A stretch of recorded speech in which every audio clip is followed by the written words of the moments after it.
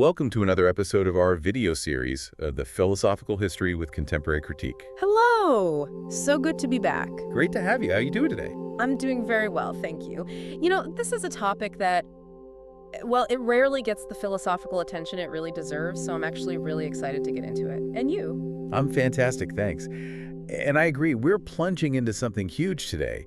The philosophical weight of parenthood and really the fundamental nature of childhood itself. We're going to be using the research you put together as a base for our analysis. It's essential material, I think, because it starts with this profound paradox, the gravity of unlicensed responsibility. Unlicensed responsibility. Yeah, I mean, we regulate so many activities that pose, frankly, less long-term risk than raising a human being. You need a license to drive a car, to practice medicine. Even go fishing in some places. Exactly. But for becoming a parent, there's no formal preparation, no required license, nothing. That structural gap is truly staggering when you really stop and think about the commitment.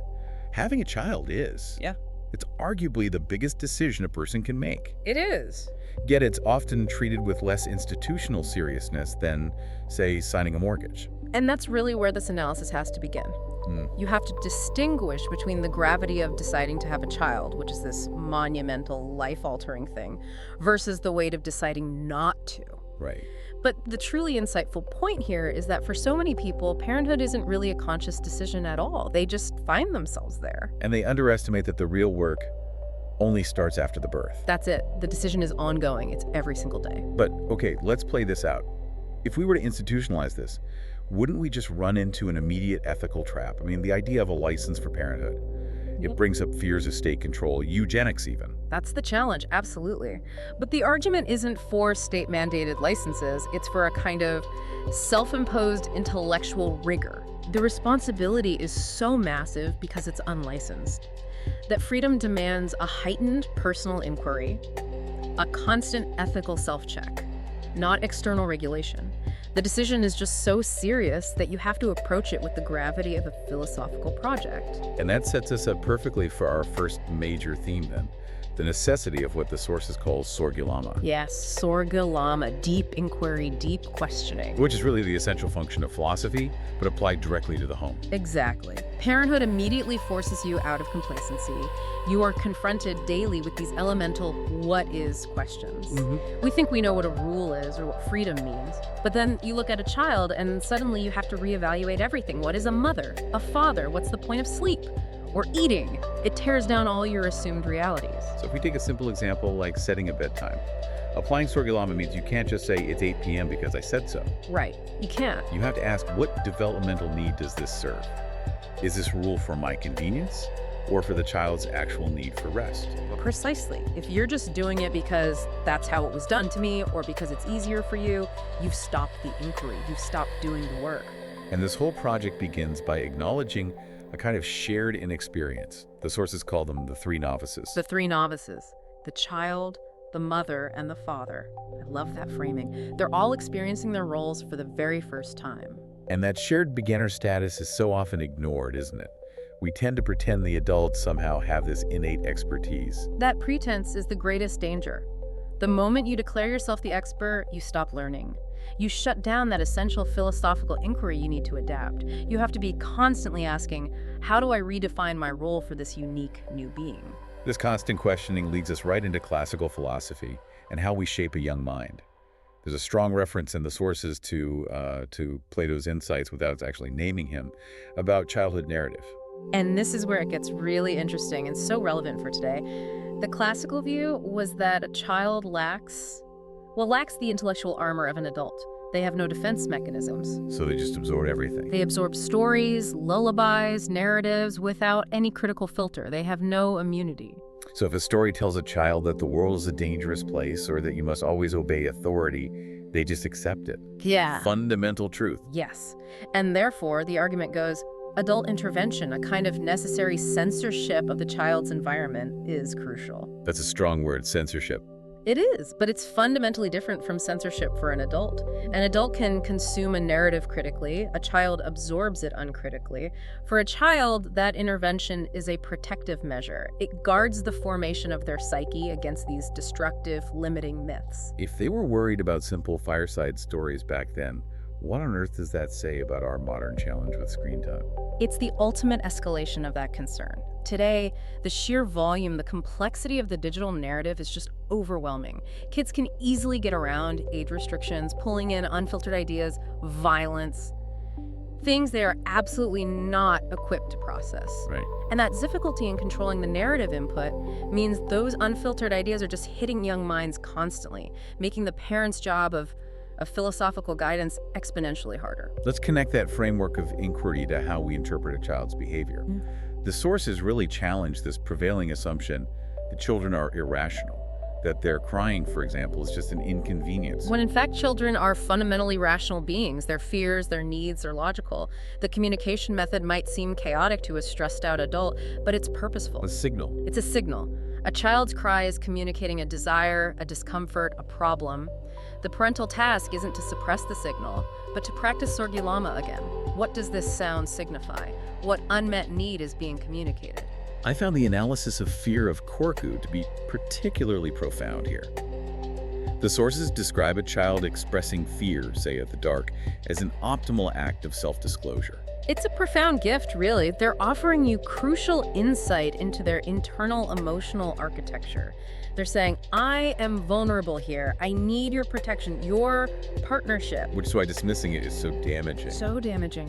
Those common phrases like, don't be afraid, or the Turkish equivalent, "Ay gerek yok," there's no need for this.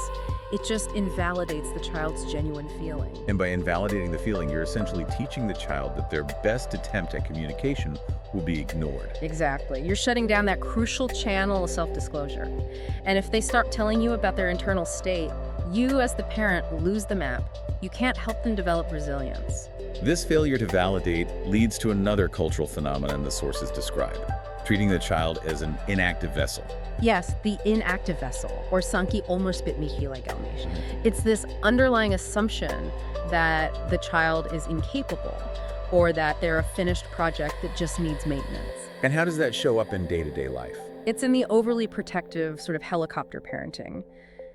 Dressing a child long after they're capable of doing it themselves, immediately stepping in to solve a minor conflict. This constant invalidation conditions the child to believe deep down, I cannot do it myself. And the result of that is this immense internal stress. They start to feel like a non-performing being. Ayapamayan varlik, yes.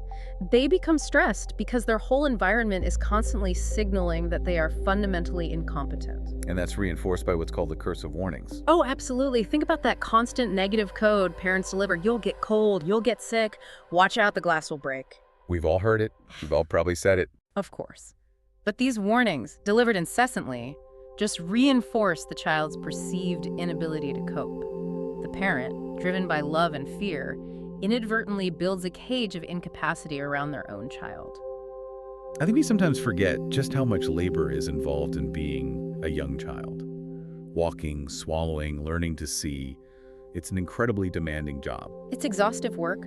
A child should be respected for the sheer intensity of that labor. And when we recognize that, we realize the warnings are counterproductive. They suggest all this difficult labor is just doomed to fail without constant adult supervision. So if the purpose isn't to protect them from every single challenge, then the goal of parenting has to shift radically. Radically. Instead of targeting a specific future job, a doctor or an engineer, The focus has to be on something else. it has to be on core competencies. Self-efficacy. The goal should be to equip them with fundamental life skills that go beyond any single profession. Emotional maturity, sustained attention, literacy, clear communication, problem solving. The tools you need to navigate an indifferent world no matter what your career is. Exactly. But this runs right up against another deep parental impulse the sources highlight. The illusion that my child is unique, they're extraordinary. Which comes from a place of love, obviously. It stems from the biological necessity of unconditional love, of course.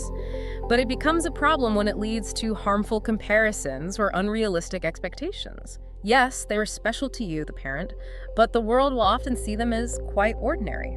The goal isn't to inflate their ego, but to equip them to handle the reality that they are, in fact, human and the world is indifferent. Which brings us to this profound idea of separation. It sounds so counterintuitive because the early years are all about connection and bonding. But the ultimate purpose is independence.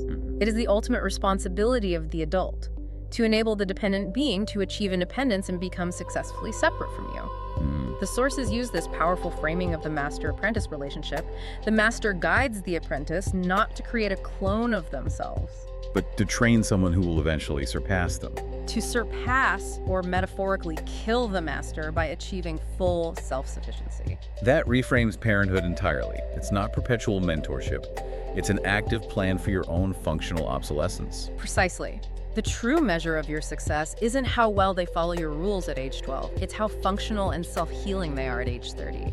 Preparing them for the tough world means giving them the tools to handle reality, to understand that disappointment is just part of it. And that requires managing needs and wants. How does teaching delayed gratification connect to that self-healing process? Delayed gratification is the fundamental skill of decision-making. It teaches a child that their actions have consequences, that immediate satisfaction is often the enemy of a long-term goal. Right. If a child understands that if you don't save this, you won't get that, they are building an internal resilience mechanism. They learn to tolerate discomfort, to plan for the future. These are critical tools for handling reality when you're not there to buffer their experience anymore. To bring this whole analysis full circle, the sources offer this beautiful, provocative idea about how we should conceptualize the child in the first place. Not as a possession, But as a loan, as a loan, something temporarily borrowed, because they will inevitably grow up and leave. this reframing is so vital because it manages the sheer intensity of the early years. If you see the child as a fleeting presence, you focus on equipping them and appreciating the moment, rather than trying to permanently own or control them. It forces you to learn how to let go. Vedalishmaya Ozermak. And this act of raising the next generation is then deeply connected to accepting one's own mortality, one's own aging. Absolutely. Having children is participating in an evolutionary necessity, transferring knowledge, transferring genes. It's an optimal mechanism, far superior to this desperate individual search for personal immortality. You live on through the competence of the next generation. I'm really struck by the reflection on infancy here. Human babies are, compared to other animals, born so early, so weak and utterly dependent. They are. Physiologically, they're an early bird, and yet they are masters of connection. That's the final, brilliant evolutionary marvel we have Yeah. talked about. The infant, despite being physically incapable of anything, Are they you- can't even hold a key. Is highly evolved to compel committed love. Through specialized things like the human gaze, their vocalizations, humor, this vulnerable being instantly commands the intense, dedicated care of an adult. It forces that philosophical project of Surgalama on the parent, just by existing. So we started by highlighting the gravity of this unlicensed responsibility, the decision to become a parent, and we end with the incredible instinctual power of the infant to forge the bond it needs to survive. Which raises the final critical question for you, for the listener, to consider. If this baby is incapable of rational speech or basic self-maintenance, yet it instantly generates this committed, self-sacrificing love from a fully capable adult, what fundamental nonverbal evolutionary feature allows this vulnerable being to become such a master of bonding, to override the adult's own self-interest, that immediate, powerful mechanism of connection that is worth continuing to examine long after this discussion ends?